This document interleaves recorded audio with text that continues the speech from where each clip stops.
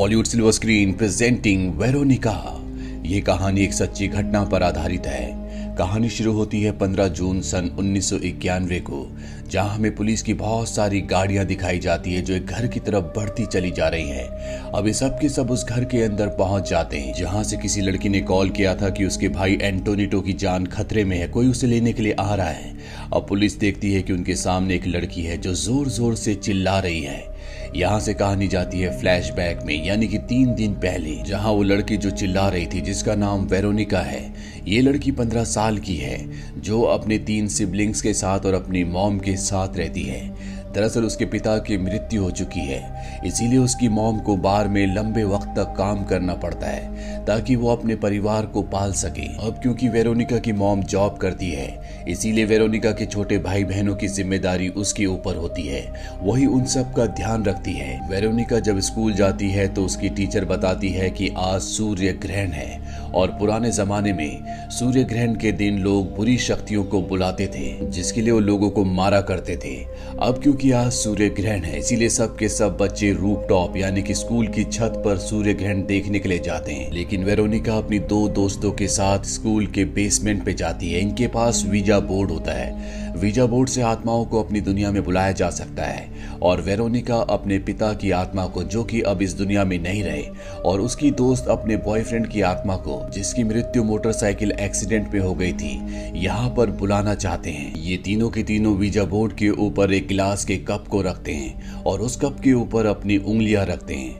बाहर अब सूर्य ग्रहण शुरू हो चुका है और जिस कप के ऊपर इन्होंने उंगलियां रखी होती है वो धीरे धीरे गर्म होना शुरू हो जाता है, जिस वजह से वेरोनिका की दोनों दोस्त अपनी उंगलियां हटा लेती है। लेकिन वेरोनिका की उंगली अब भी उसके ऊपर होती है और कुछ ही देर बाद वो टूट जाता है, जिससे वेरोनिका की उंगली कट जाती है और उसका ब्लड वीजा बोर्ड के ऊपर गिरता है। वीजा बोर्ड पर आग लग जाती है, पर वेरोनिका कुछ न कुछ बड़बड़ा रही होती है और वो अपनी दोस्त के कान में कुछ कहती है, जिससे उसकी दोस्त डर जाती है और इसके तुरंत बाद वेरोनिका बहुत जोर से चिल्लाती है, जिससे बेसमेंट की सभी लाइट्स टूट जाती है और वो बेहोश हो जाती है। वेरोनिका की जब आंख खुलती है तो वो स्कूल की नर्स के सामने होती है। वो वेरोनिका को बताती है कि हो सकता है कि तुम्हारी बॉडी में आयरन की डेफिशिएंसी है, इसीलिए तुम बेहोश हो गई थी। लेकिन वेरोनिका को पता है कि कुछ ना कुछ गलत हुआ है और जब वो स्कूल से बाहर जाती है तो देखती है कि ऊपर से एक नन उसे देख रही है। अब वेरोनिका वापस अपने घर आ जाती है और जब वो खाने की टेबल पर बैठती है और खाना खाने की कोशिश करती है तो उसे ऐसा लगता है कि कोई उसे खाना खाने से रोक रहा है। साथ ही उसके शरीर पर अब अजीब से पंजों के निशान भी होते हैं। वेरोनिका को घर में अजीब अजीब सी आवाजें भी सुनाई देती हैं।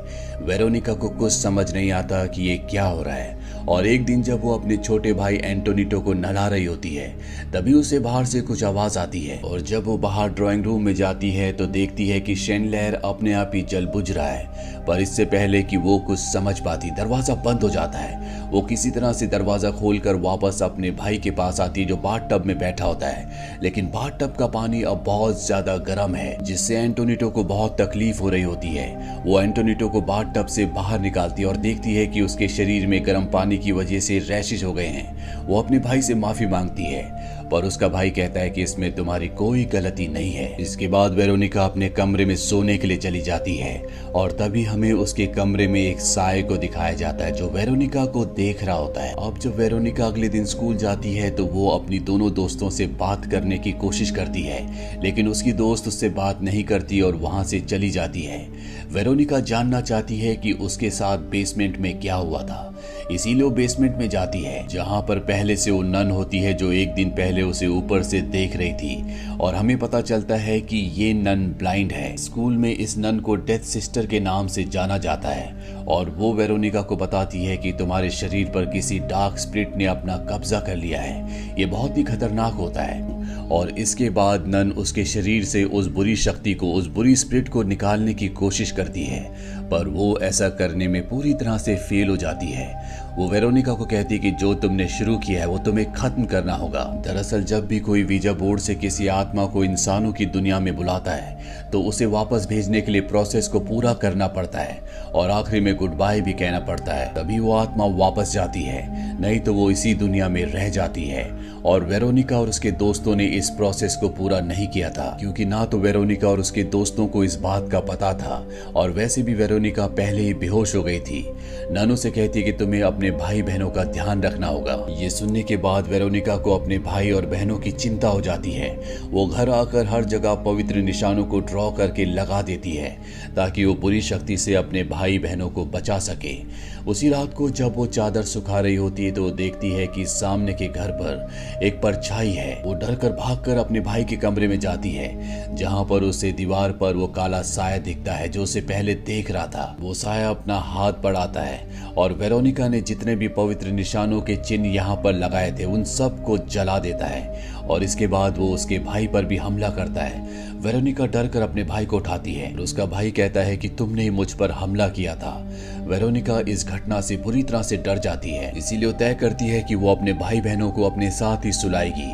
और तभी उसे एक साया दिखता है और जब वो साये के पीछे जाती है तो देखती है कि वहां पर उसी तरह के और भी बहुत सारे साये हैं। वेरोनिका पवित्र क्रॉस उठाकर खड़ी हो जाती है, उसके भाई बहन भी उसके पास आ जाते हैं और तभी दरवाजे के पीछे एक परछाई दिखती है जो दरवाजा खोलती है और जैसी दरवाजा खुलता है तो देखते हैं कि वहां पर इनकी मॉम खड़ी है। दरअसल ये उनकी मॉम होती है जो नाइट शिफ्ट से घर वापस आई होती है।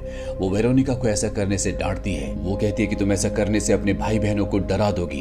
दरअसल उसे नहीं पता होता कि वेरोनिका के साथ क्या हो रहा है। अब जब वेरोनिका सो जाती है तो उसे बहुत ही खतरनाक सपना आता है, जिस सपने में उसकी ब्लीडिंग भी शुरू हो जाती है। तभी वेरोनिका की आंख खुल जाती है, वो बाहर जाती है और जब वो वापस अपने बेड पर आती है तो देखती है कि उसके बिस्तर पर ब्लड है, जिससे उसे पता चलता है कि उसका फर्स्ट पीरियड शुरू हो चुका है, क्योंकि उसकी उम्र अभी मात्र 15 साल है। अब वेरोनिका उस मैट्रेस को स्क्रब करना शुरू कर देती है ताकि उससे ब्लड के निशान मिटा सके और जब वो मैट्रेस को उठाकर नीचे देखती है तो वहां पर जलने के निशान होते हैं, जिससे उस मैट्रेस पर एक आकृति बनी होती है। इसके बाद वो अपने भाई बहनों के मैट्रेसेस को भी देखती है, जिनके मैट्रेसेस के नीचे भी इसी तरह के जलने के निशान होते हैं। इस बात से वो घबरा जाती है और एक बार फिर से वो स्कूल की नन के पास जाती है, जिसे सिस्टर डेथ भी कहा जाता है। वो उसे सब कुछ बताती है। सिस्टर डेथ कहती है कि जब मैं छोटी थी तो मुझे भी इसी तरह के साए दिखते थे, जिनसे मैं बहुत ज्यादा डर जाया करती थी,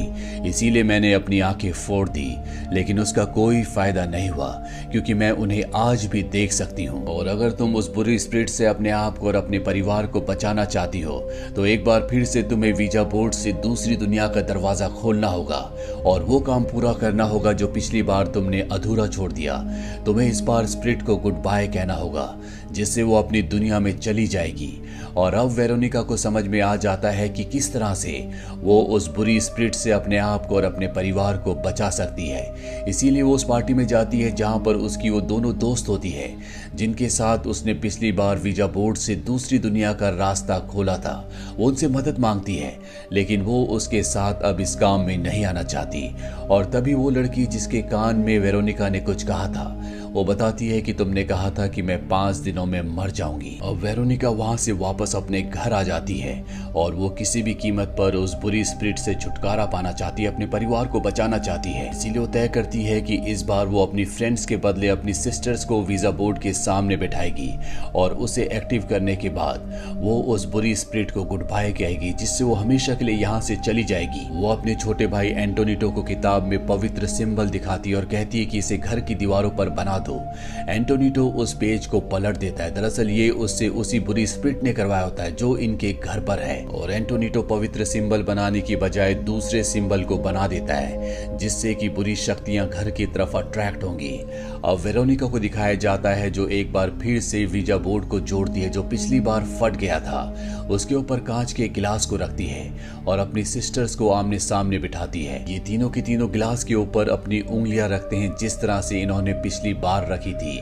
और अब ये दूसरी दुनिया के दरवाजे को खोलते हैं और उस बुरी शक्ति को, उस बुरी स्पिरिट को गुड बाय कहते हैं। पर वो स्पिरिट इन्हें गुड बाय कहने से मना कर देती है। इसके बाद कैंडल्स बुझ जाती है और जो गिलास वीजा बोर्ड के ऊपर होता है वो अपने आप ही लुढ़क कर दरवाजे के पास चला जाता है। घर की सारी लाइट्स भी बंद हो जाती है और अब वेरोनिका बहुत ज्यादा डर चुकी है, इसीलिए पुलिस को कॉल करती है और कहती है कि मेरे भाई की जान खतरे में, जल्दी से यहाँ पर आ जाओ। और यहीं से इस कहानी की शुरुआत हुई थी जब वेरोनिका ने पुलिस को कॉल करके अपने घर पर मदद के लिए बुलाया था। अब वेरोनिका देखती है कि उसके भाई को उस बुरी शक्ति ने उठा लिया है, वो उसे अपने साथ ले गई है। वेरोनिका अपने भाई को ढूंढने के लिए वॉशरूम में जाती है जहां पर उसका भाई उसे मिल जाता है। वो अपने भाई को गोद में उठाकर अपनी बहनों के साथ नीचे आ जाती है। और इससे पहले कि सब के सब घर से बाहर निकलते, वेरोनिका अपने आप को मिरर में देखती है और देखती है कि उसके हाथ में कोई भी नहीं है, ये सिर्फ उसका भ्रम था।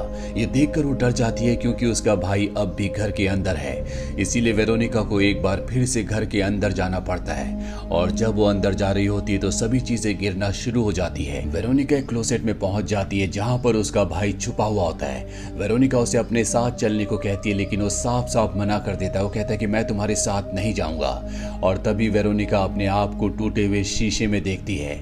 शीशे की दूसरी तरफ उसे काला साया दिखता है।